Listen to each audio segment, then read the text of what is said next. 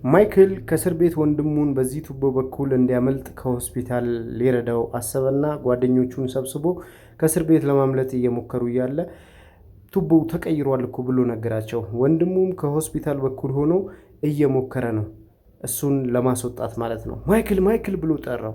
ማይክል ወንድሜ እዚህ ነው ያለው ብሎ ለጓደኞቹ ነገራቸው። ከዛ በኃይል ወደ ታች ይህንን ቱቦ ለመገንጠል ሞከሩ። ነገር ግን ታናሉ ተቀይሮ ስለነበረ አልቻሉም። አንድ ሰው ደግሞ እንካ በዚህ ብረት ወደ ታች ገንጥለው ብሎ ሰጣቸው ለጓደኞቹ ማለት ነው። ከዛም በኋላ ጓደኞቹና ማይክል አንድ ላይ ሆነው ለመገንጠል ሲሉ አጋጣሚ ፖሊስ መጣላችሁ ፖሊስ ብሎ ይላቸዋል። እንደዛው እንዳሉ ይቆማሉ ምንም እንቅስቃሴ ሳያደርጉ። ከዛ ፖሊሱ ያልፋል። ፖሊሱ እንዳለፈ በኃይል ወደ ታች ለማለት ይሞክራሉ። በዚሁ አጋጣሚው ፖሊሱ አልፏል ብሎ መረጃ ሲሰጣቸው እነሱም በኃይል ወደ ታች ይሞክራሉ። በጉልበት ወደ ታች ሲሉት አጋጣሚ ሆኖ ወንድምየውም ከዛ በኩል የሆስፒታሉን ታናል እየሰበረ ያለ አጋጣሚ ብረት ተሰብሮ ይወድቃል። ፖሊሱ ይሰማና ምንድነው ብሎ ለማጣራት ወደ ኋላ ይመለሳል።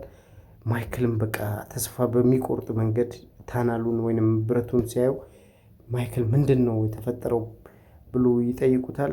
በቃ ምንም አማራጭ የለንም ማለፍ አንችልም ብሎ ይላቸዋል። ከዛ ጓደኞቹ ተስፋ በመቁረጥ ወንድምየው ደግሞ በሆስፒታሉ በኩል ቱቦውን ይደበድባል፣ ግን ሊሰበርላቸው አልቻለም። በቃ ተስፋ ይቆርጣሉ።